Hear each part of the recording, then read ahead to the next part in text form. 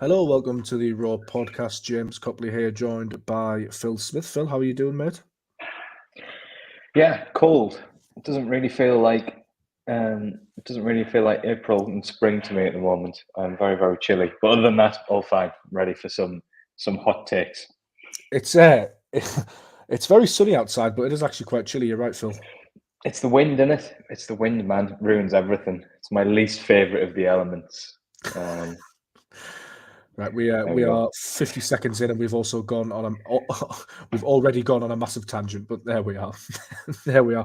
Right, so football, which is what we are here to discuss. We're going to get on to talking about the Leeds United and West Brom games, Mike Dodds.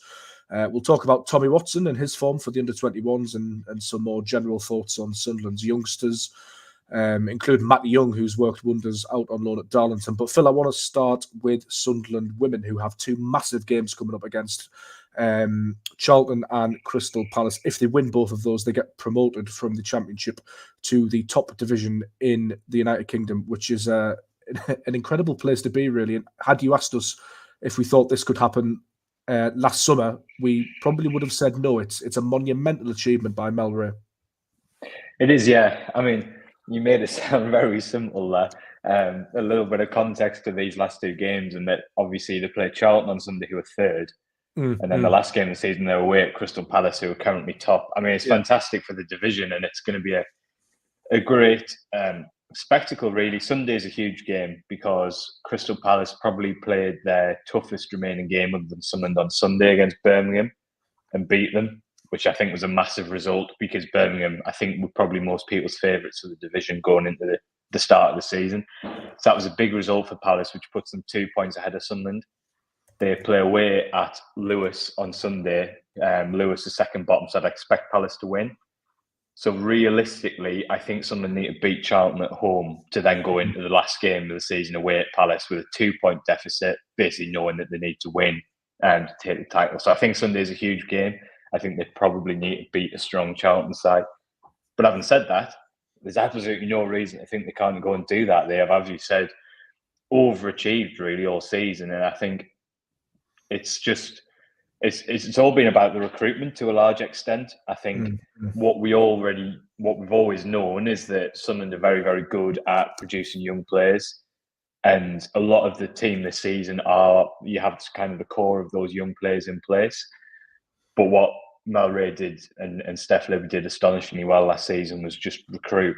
They were obviously given a little bit more latitude by the fact that they could hand out some professional contracts for the first time, which enabled Mel and Steph really to use their contacts in the game. And you look at players like Katie Kitchen, Jenna Deere, you could go on and on really, and it's been a remarkable turnaround. I think the nice thing for me is like it feels like because a lot of these players are contracted for next year as well.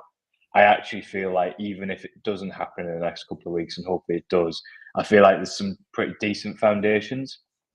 Some of the young players are going to go on move on to professional contracts this summer. Someone like Katie Watson, for example. So there's some really like strong foundations there. Really exciting couple of weeks, and there's no reason to think that they won't get the job done because they've overachieved and sort of proved everybody wrong all season. But I think what's nice is that we can be really sort of enthusiastic about next year, regardless. And obviously, the one other thing we should mention is that winning the league doesn't necessarily mean you play in the Super League next year. Mm. Someone will have to earn a license to play in the Super League based on investment, facilities, and that's going to be a fair piece of work for the club, and it's going to require pretty significant backing from the ownership. So I would make that point as well.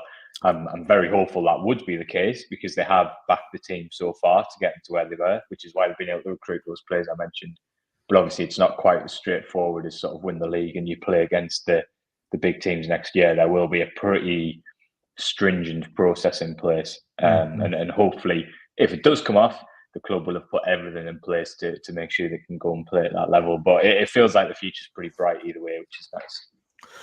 Given what we've seen from Kieran Louis Dreyfus and this ownership on and about Sunderland women, you would expect him to commit if Sunderland did get promoted. Phil, just throwing it forward a little bit. If Sunderland did You win would the league. hope. You would hope so. I mean, I think to be fair, much of that licensing process will already have been sort of it will Mm. be underway. It's something that kind of runs towards the end of the season, so all the sort of background work will be getting done now. But ultimately, it'll be Kirill and Juan who sort of sign off on that, if you like, because the reality is that someone going into the Super League will be, I would imagine, you'd be expecting to incur pretty significant losses at that level because of the way the game's changed. So it would take a big commitment from the ownership, but it's one that they simply have to make, because it's one where you kind of you speculating to accumulate, really, because the entire prospect of the sort of the women's side of the club will be transformed by being at that level, when you think of the broadcasting, the exposure, and the long term, really, in terms of giving the young players in the squad now the chance to test themselves at that level is going to stand them in really good stead for the future. And also B, in terms of growing the game within Sunderland and within the region, having Man City, Chelsea, Arsenal, these teams coming to Wearside next season, it's going to be such potentially a huge boost to sort of growing the interest in the game, growing the attendances, and that's what ultimately will turn it into a sustainable operation in sort of 10 years' time, if that makes sense. So I'm really hopeful there will be that sort of is long-sightedness a word? Is that I know short-sightedness is a word. We're making it a word today.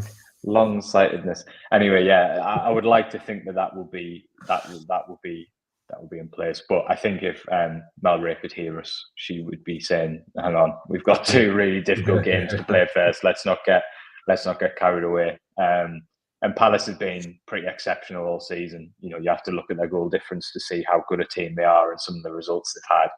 So yeah, hopefully we can get 3. The home support can help get 3 points against Charlton. And then, to be fair, if you take it to the last day, you never know, do you? Yeah, you absolutely never know. All it takes is one wonder goal, a set piece, anything. So yeah, I'm really looking forward to see how they do. And yeah, I think the ownership would back them if they won, and I think it would be bitterly disappointing if they didn't. But let's hope they have that decision to make, because someone go and win the next 2 games. You mentioned her there, but a quick word for Mel Ray as well, who just continues to be a brilliantly shrewd operator at this level. I've lost count of how many rebuilds she's had to sort of take on at Sunderland with various different factors. We spoke quite a bit in the summer. There was high-profile departures in terms of Niamh Herron. There was players leaving to Newcastle. Maybe slightly worried. Obviously, Sunderland recruited well, but a lot of that is down to her. I know the club's sort of operation has expanded a little bit, and she's got a bit more help now. But I think we're really seeing the fruits of that and of her expertise. She's superb at this level. Oh, like 100%. And you're absolutely right in what you say. In the sort of expanded operation, we have definitely seen the benefits this season. So some of the bigger coaching staff, sort of some of the specialist coaches. There's now a full-time goalkeeping coach, which you only have to look at what a season Claudia Moan's had, for example, to see how these little things can make an absolute huge difference. But we shouldn't also be under any illusions about the fact that, while the women's team have been integrated behind the scenes at the academy, there is obviously still a disparity in funding and investment and in resources, and especially in recruitment. I mean, this squad has been built by Mel Ray and her assistant. Yeah. Like, it's not the sort of, they don't have access to the scouting network to the same level of data analysis at all. It's about Mel's sort of nous and about the contacts in the game, really. And I don't think anyone would disagree with me when I say that Sunderland have been immensely fortunate to have Mel at the helm through the tricky times, really.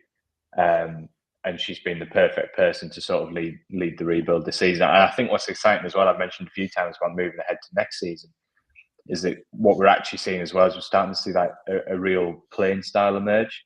I think because of the disparity in resources to some of the other teams in the division, I think Sunderland were a sort of defence-first team for quite a long time. They were very dependent on set pieces, which made sense. That's how they were going to get results against other teams. But what we're actually seeing is as the youngsters develop and as the new signings settle as the season's gone on, Sunderland have become more and more aggressive. They're so much better on the ball than any time I've really seen when I've been following them for the sort of last 3-4 years. So what's encouraging to me is there's a real development there that I'm pretty confident and hopeful will sort of last into next season, whatever happens in the next couple of games. It's a really exciting time to follow the team. And if anyone's sort of wavering or hasn't been, Sunday, there'll never be a better time to really, because it's going to be a good game. against a very high caliber opposition, and everything's on the line. Charlton, we talked about something. Charlton have to win to stay in the race as well. So yeah, it should be some occasion, I think. Yeah, and it is a really, really good atmosphere up at Ebleton for a big game where the women are concerned. I was there for the River Wear Derby, as it's now known, against Durham, which was an absolutely cracking game, 5-3. I think there was over 2,000 people there, and it was superb. There's going to be, the flags from the new flag group as well there this on Sunday. So yeah, looking forward to that one. We'll move on to Sunderland men's. We've had a draw against Leeds and a win against West Brom. Phil, both away from home, both systems deployed by Mike Dodds were 5 at the back. We've seen a little bit of a tweak, but really important, I think, to have those performances away from home against good opposition. It's sort of come full circle for him in a way, hasn't it? Given his first stint earlier this season as interim head coach, but pleasing for those away fans, I think, to be repaid with 2 really strong performances. Yeah, and I think that was kind of Mike Dodds' main point. Actually, we spoke a bit on the whistle, didn't we? Was it after the Leeds game, about how we did feel that whatever people's opinions on Dodds' performance were, or his future in sort of the coaching staff, and we discussed the potential challenges of somebody new coming in and sort of inheriting Dodds, and that's. But what we both said was we do really feel from our sort of dialogue with Dodds and our experiences that he's someone who does kind of get the club and get the supporters. And I think one of the things he was really strong on, kind of after both games, was, it's not a time for experimenting. And ultimately, I want to be respectful of the fact that even after everything that's gone on, we've got 2 sold out away ends, going up against two teams who, let's be honest, if Sunderland hadn't been on it, could really have put them to the sword. And so I do think it was kind of refreshing. It was kind of encouraging for me to hear him say that we do want to be more free-flowing. This isn't kind of really where we want to be as a team in terms of the setup and certainly the quality and possession. So I think I would have been more concerned if he hadn't said that, if you like, because I'd be kind of thinking, well, that's great, you've got 4 points, but this isn't really how you're going to get promoted next season. Mm-hmm. So I was encouraged and respected the fact that he said, look, this isn't exactly how I want the team to look. I don't think it's how the players quite want the team to look, but from where we were, especially after the Blackburn game, we needed to put a bit of pride in the shirt, and we needed to give the away fans, something to be proud of, basically. And they did that. You can't say that they didn't do that. In both games, the application was spot on. The organisation was very good. I did think the first half against West Brom was pretty poor up until the red card. It was not a great watch. Leeds, I thought, was a lot better performance because they actually did have a bit of a threat, even if they were kind of sitting off for the most part. I did think on the break they looked quite dangerous. That wasn't really the case at West Brom up until the red card. But the second half, they managed it really well. So I think you've got to give a lot of credit to Dodds, and I don't really have any major qualms with the approach because I think it was the right thing for the circumstances. And like I say, if the mood was, this is what we're going to do now, like this is going to be how we play moving forward, I think I'd have some reservations. But even looking at the fixture list coming up, I think we'll start to see a bit of a shift from Sunderland. And I think you've got to. There was a need, I think, to put a bit of pride back in the shirt after the Blackburn game. And fair play, they've done that. And if we're honest, at the start of the week, if someone had said 4 points from Leeds and West Brom away, I actually probably would have not believed that. So obviously it's kind of sobering because we all want someone to be competing for the top, and you don't really feel comfortable saying, oh, well, if we get a win and draw, then that's good. But objectively, from where Sunderland were, it was a good result. And so I don't think you can quibble too much, really.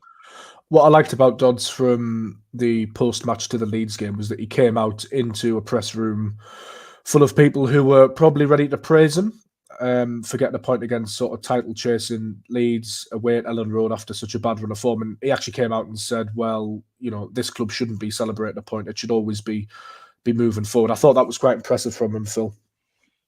Yeah, definitely. And that's what I was getting back to before in terms of I do feel with Dodds, you've got someone who sort of understands the club and understands the expectation and doesn't sort of shy away from it either. He's not someone who's going to come out and talk about the negativity or the pressure or from the fan bases, which is something that we have heard kind of over the years. I think he totally gets that it's a sort of a privilege to be leading the team and to be to be part of the area and the club. And that's something which I've got a lot of time for. And as you say, I thought he pitched that perfectly when he sort of came in, knowing that he probably could have come and said, given this, what we've had over the last few months, look at how much Leeds' team costs. Like, isn't it amazing that we've got a draw? And it was impressive, but it wasn't amazing because it's Sunderland in the Championship. So they should never be like soaking up too much praise for getting a 0-0 draw, So I thought you were right. I thought you pitched that perfectly. And I think you also have to acknowledge that for most of his tenure, he's been pretty unlucky with injuries and availability. And it's no coincidence, really, that now he's starting to get a few bodies back. Things are starting to improve a little bit. But there's no doubt about it. We're looking for a strong finish now. And we certainly want to see a Sunderland in the next few games, especially the 2 home games, that gets on the front foot and tries to get us off our seats a little bit. But from what he said so far, I'm fairly hopeful that's going to be what we get. So, there is now a little bit of a chance to, I wouldn't say build a feel-good factor because that's clearly too strong given the way the season's sort of come undone. But there is definitely a chance to send us all into summer feeling a little bit lighter and a bit more optimistic, and fingers crossed they can sort of go and grasp that. And I guess the £1 million question, Phil, which we've sort of alluded to during our On the Whistle videos after games, which are available on YouTube if you want to go back and have a watch or a listen of them, is where does Mike Dodds fit into Sunderland after the summer, and who's going to be preferred to come in? It's a really, really interesting question. Yeah, I think it's fairly well established what's going to happen. He will stay, I think. He was asked by one of the national reporters after the game at West Brom about it, and it was probably the most open he's been on it, really, just in terms of basically saying first and foremost he's going to have a break, and then he expects, as far as he's aware, to return as part of the coaching staff. And I think every indication we've had from the club really is that they still plan, they want to stick to that plan. When Christian Speakman was asked at the support collective meeting last month about whether what the plans would be for the coaching staff moving forward, he made pretty clear that whoever came in would be able to bring someone with them, but they would be expected to work with the coaching staff that are in place. It's very obviously the view of the Sunderland hierarchy that for the players and the playing style, it's important to have some continuity. And there definitely is a fair question about whether some of the bigger names or the kind of top caliber coaches would be comfortable coming into an environment with much of their coaching staff already set for them. I completely get that, and it's a fair argument. But the reality is I think the Sunderland remain very invested in Dodds, and I don't see any scenario really in which he's not part of the coaching group next season. He has said that he's very comfortable with the fact that whoever comes in is going to bring someone with them. He said that was never an issue for him and never would be. He said that he expected Michael Beale to do the same. It wasn't his decision that didn't happen. It was just something that never, I assume it's just because he wasn't there long enough to get around to it, to be quite honest with you. So I think we have a clear idea of what's going to happen. I think Dodds will stay as part of a 4-5 strong coaching team. The question is whether that has any impact on Sunderland's search, and whether it has any impact on who they want to get. That's the bit where we have an unknown. I don't think we have much of an unknown over Dodds' future himself. And the other thing he said in the pre-match press conference was he also confirmed, we obviously knew this would be the case, but he is in the meetings at the moment, looking ahead to the summer, and not that he has sort of the final say by any stretch of the imagination. I think he'd be the first to tell you that he has very much not the final say on things. But the fact that his input is being sought and is being listened to, and he's feeding into those early recruitment meetings and what have you, I think that tells you everything you need to know, really. Is there an argument to suggest, Phil, and this isn't the fault of Mike Dodds at all, but when the new man is appointed as Sunderland's new head coach, you could sort of see the first time he hits a sticky patch or goes through a questionable run of form, then there's always the sort of Mike Dodds spectre lurking in the background because he's taken the team so many times. Again, that's not on Mike Dodds at all. No. But it's an interesting sort of subplot going forward, isn't it? Yeah, no, definitely. I think that's totally fair. And as you said, it's not on Mike Dodds. So I've got to be honest, he's a very personable, diligent sort of character from all my dealings with him. So I don't think it's kind of should be an issue, if you like, but it will be. Like, it's just obvious that it will be, especially because of the fact that he has a long-standing connection to Christian Speakman, which again is not his fault, but it's just a reality. So I think if you were looking at the job from the outside, you would definitely have those reservations. I think that's only human nature, really. So I am interested to see how that sort of shakes out in terms of how that will impact, the candidates for the job. But I suppose the flip side of that is that, the game is changing. Like, there are very, we talked about this a lot with Alex Neil. Like, if you want to be in charge of your entire backroom staff and decide exactly who that's going to be, if you want to have final say on transfers, if you want to sort of set the football policy, to be honest, there are very few jobs left for you now. Sunderland are not acting wildly out of the norm on this anymore. Like, this is, if anything, it's become even more the norm since they started doing it when Louis Dreyfus and Speakman still came in. So while I think it's like a totally valid point, I think we also sometimes can be a little bit I can certainly get into a little bit of a Sunderland bubble. And when you sit back and look at it, you think, well, actually, this kind of thing is happening right across the game. So I do have my reservations about it, especially because I do feel there's a balance. Like, I get the continuity argument. We don't want to overhaul things every time we change a new head coach. Which was a massive problem for Sunderland in the Premier League, for instance. Yeah, it absolutely was. The flip side of that is that, to me, like, Michael Beale looked pretty isolated most of the time he was here. And maybe some of the stuff we criticised him for, the press conferences and stuff, maybe he missed someone who he really trusted who could, have a word with him and say, and say, like, not sure about. Do you know what I mean? That's me speculating, to be honest. When you but I did get that feeling. When your back's up against the wall and you're alone, you're more sort of likely to come out swinging anyway, aren't you? Yeah, definitely. I think you're more likely to feel sort of insecure. So I do think there's a really difficult balance to be found. But yeah, so going back to your original question, I definitely think it will be a factor in all these discussions that they're having with these head coaches. But again, it's like the weird thing about sort of what Sunderland say, the kind of head coach that we've expected Sunderland to eventually go for is the kind of head coach who's probably already works in this kind of environment. And that's why it would sort of make sense, if that makes sense. But what we haven't really, especially with the Bale one, Sunderland didn't really follow through on what we expected. Yeah. So that was why the whole thing was just really weird. But I guess the point I'm making is the kind of candidates that I would expect Sunderland to go for, because of what they say they want, which is someone maybe more initially with a coaching background, etc., is that you would think they would be relatively comfortable with this kind of thing because that's what they've already been exposed to. But it's weird because I think the Bale thing is like shaking a lot of people's confidence, right? I think that's the fundamental thing here, which is even if you disagreed with certain decisions that have been made in the past, not signing the striker last deadline day or not giving Alex Neil a new contract, etc., I think there was like this understanding of, well, whatever my opinions on it, there is a plan here. And the plan has some sound foundations, and that's the Beale thing I think is really shaking people's sort of conviction in it and that side of it, and that's why it's such a important appointment.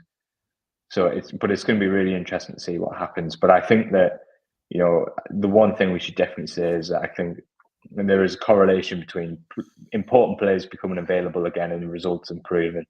And we have seen over the last week that whatever your opinions on what should happen next, Dodds has some tactical nous, and he has the respect of the dressing room, because that Blackburn game, it was a disgrace. No other way to describe it, really. But you don't get the sort of the application that we've seen away at Leeds and away at West Brom. If the coach doesn't have the respect of the dressing room, it just doesn't happen. No, absolutely. There's a lot of obviously speculation about Sunderland's next head coach, a lot of lists with potential candidates, a lot of talk and a lot of chatter. One name I wanted to talk to you about, Phil, is Danny Rule at Sheffield Wednesday. I find him a really interesting character in a sense that he's done a really good job at Sheffield Wednesday. On the surface of it, when you look at the league table, you might think, what's the hype all about? But when he took their job at Sheffield Wednesday, I don't think they'd won a game or had a couple of points or something like that. And he's got them to within touch and distance of staying up. He's done a marvellous job. And I'm not comparing Sheffield Wednesday's ownership to Sunderland's in any way, because I think they are very different. But he sort of proved to me as a head coach that he can work under a very specific set of circumstances when required. And he is very much a coach. And I just wonder if that's an avenue Sunderland will pursue, or somebody of his ilk. Yeah, well, that's kind of what I was going back to before in terms of making it make sense. So, like, Danny Roll would make a lot of sense to me. He has what Kirill seems to crave, and what his statement when Tony Mowbray was sacked seems to crave, which is and I'm very, very heavy inverted commas here, like an elite coaching pedigree. You know, that seems to be Kirill's sort of primary desire. Someone who's worked in I'm going to use it again, elite-like environment. And obviously, Roll, who's worked with the German national team, worked at Bayern Munich, he has that. He has an ultra-aggressive playing style. Like Sheffield Wednesday have not almost got themselves out of trouble by sort of, defending in a low block and nicking set pieces. They have a goal. So again, that ticks the box. And I think what sort of because obviously the Sheffield Stars are a paper in our company, and it's clear from our chatting to their writers and reading their stuff and stuff, he has a bit of a charisma about him as well. So that's kind of what we expect someone to do. And so for me, like, he would be an outstanding candidate. Or someone of a similar pedigree. But what we have this reservation, and it's mainly because of what happened earlier in the season, is like, is the intent there, and is the ambition there from someone to go and do something like that? Yeah, will they pay the money to get him? Yeah, and this question was put to, and all the other stuff as well, not just paying the actual compensation, all the other stuff to go and make a deal of that happen. And we could say put Will Still in a similar category to go and get him from the French top tier.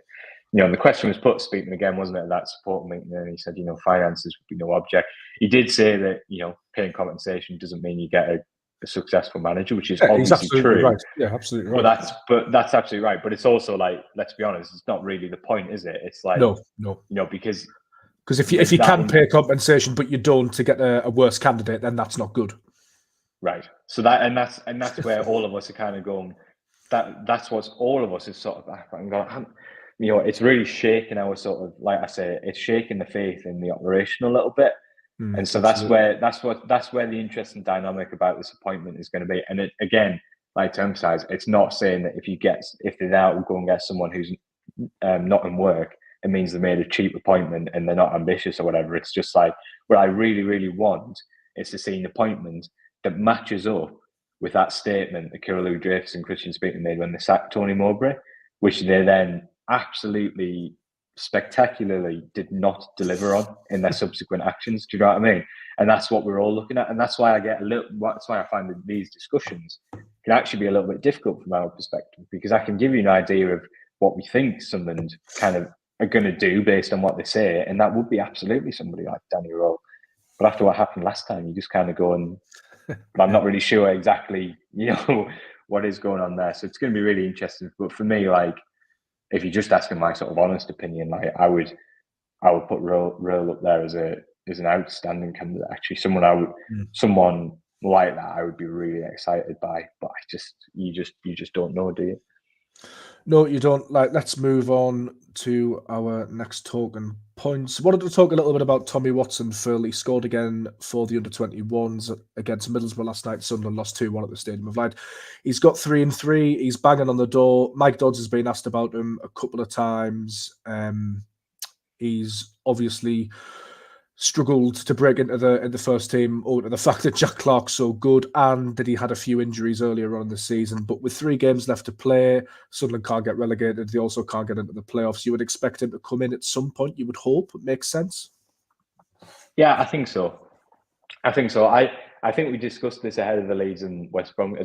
Joe actually, on the podcast. And I sort of said then, and I did quite strongly feel that, like, Leeds and West Brom, like, it's not the time to just put people in. And that's not even just in a protecting Dodds or protecting the result, or that's actually protecting the player. Like, I know Chris Rigg played in those games, but Rigg's had a fairly decent taste of it, both in terms of first team training and first team football now. Watson, like, the first half of the season was really badly impacted by the fact that he didn't have much of a pre-season because of injury. Yep. He then had another injury, which was the same time when Clark had his ankle injury, wasn't it? And Roberts was out at the same time. Yeah. And he was injured in that point, which is a really important point to make.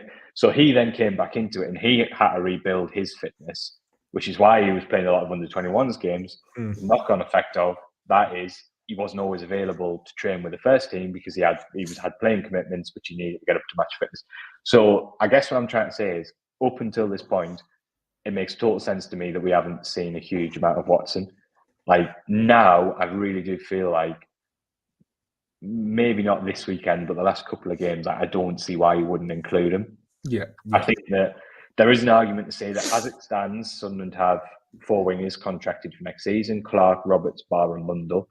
So you don't necessarily have to experiment hugely in that position because you have got good young players who you need minutes, like Mundle especially needs some minutes between now and the end of the season.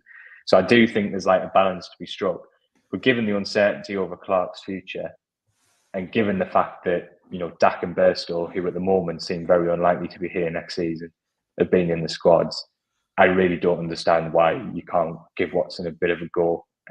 Even if it's not this weekend, because I know he played last night, didn't he? So whether that'll affect his training with the first team this week, I don't know. We're certainly moving into the last couple of games. I just think it's a little bit of a no-brainer. If you're thinking of having a Burstow or a Dak on the bench, you know, why not have a Tommy Watson on the bench? Especially because, as we say at the moment, it feels like Clark will be going. So I think like there's a lot of reasons why it hasn't quite happened yet, and I think we should be really careful about just chucking him in the same category as Rig.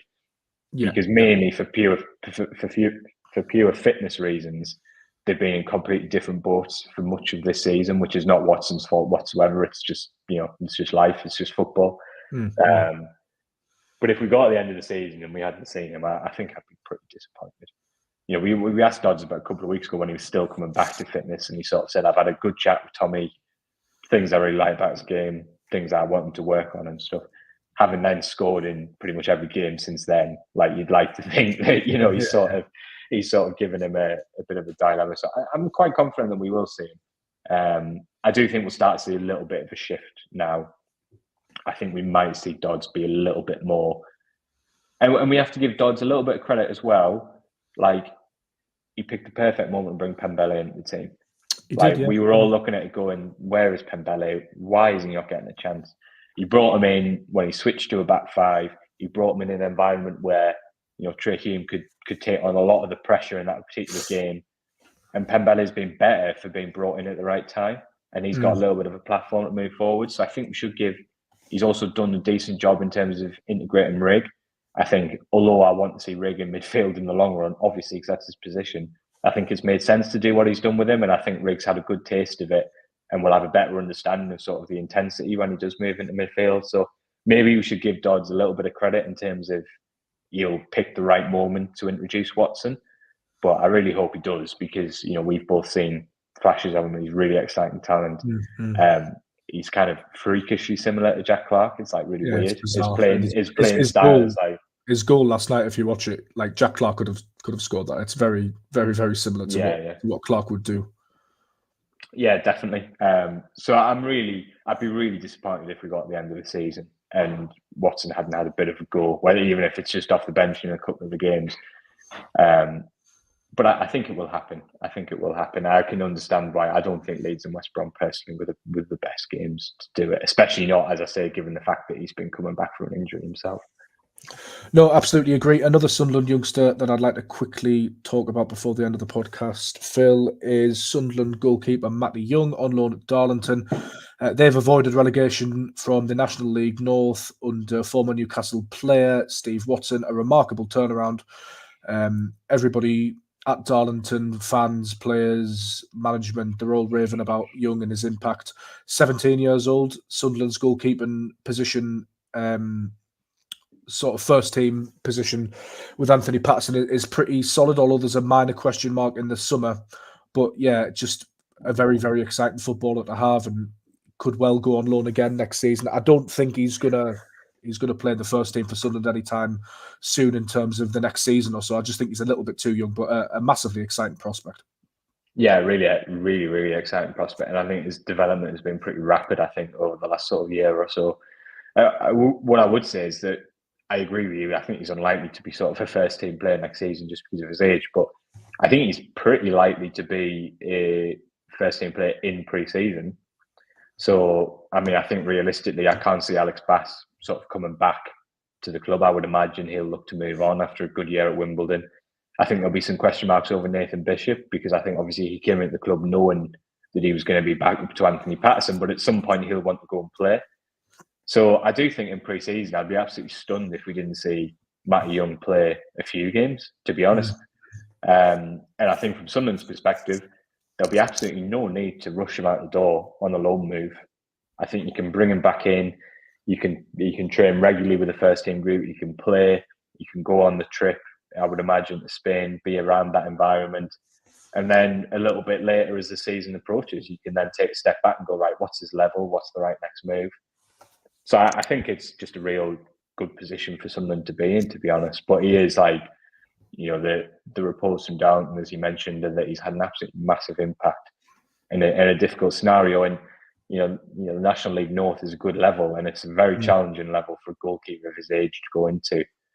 So it's incredibly exciting for the club. And then we have to give again, we've probably mentioned it a lot over the years, but Mark Prudder, the sort of goalkeeping guru, like his track record is absolutely out of this world. And everybody it's not just speaks so highly of that man.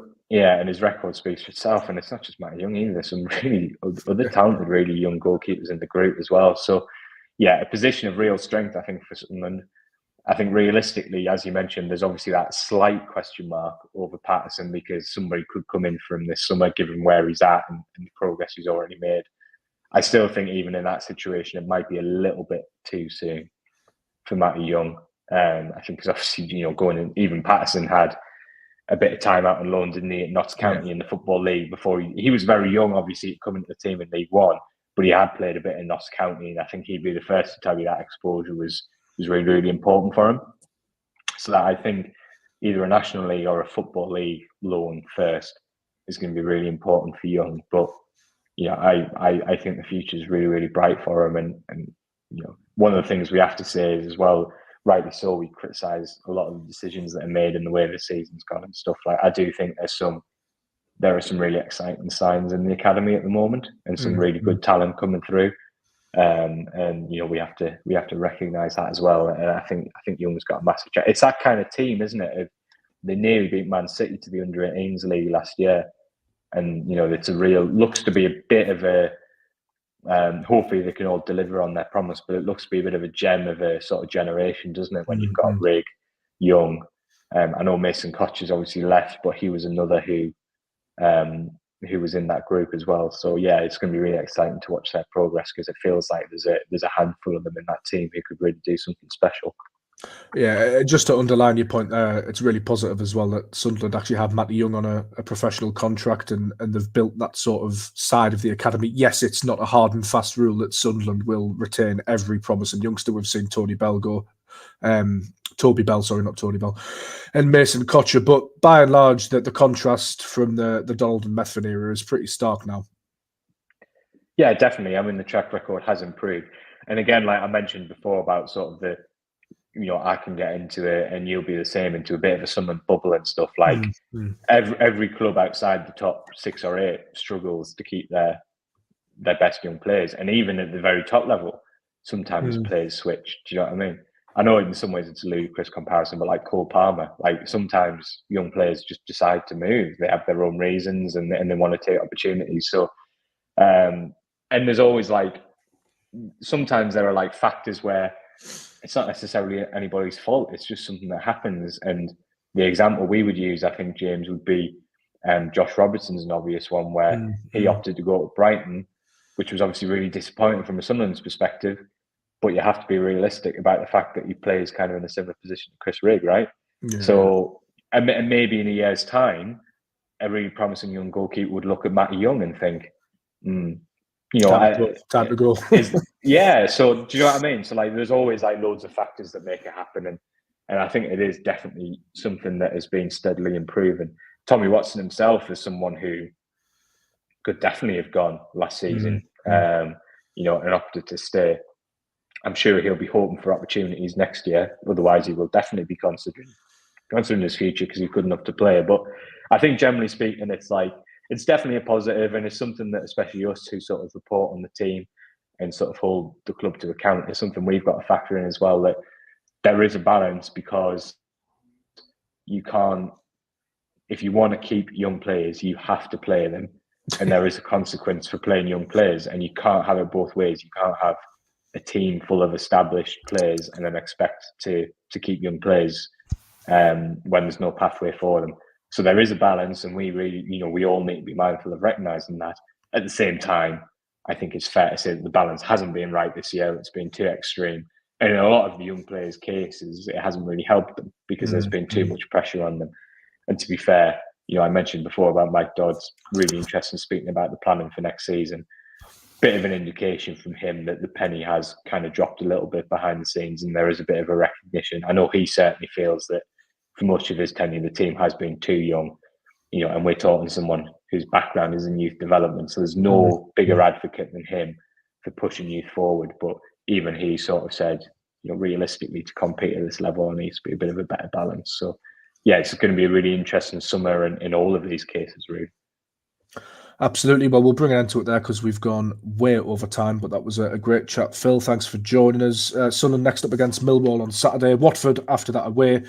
Then rounding off the season against Sheffield Wednesday at home. We'll have all the build-up to those 3 remaining games in the Championship, including podcasts and everything from Mike Dodds. Phil, once again, thank you for joining us. Thanks to the listener, and cheers for listening to the Raw podcast.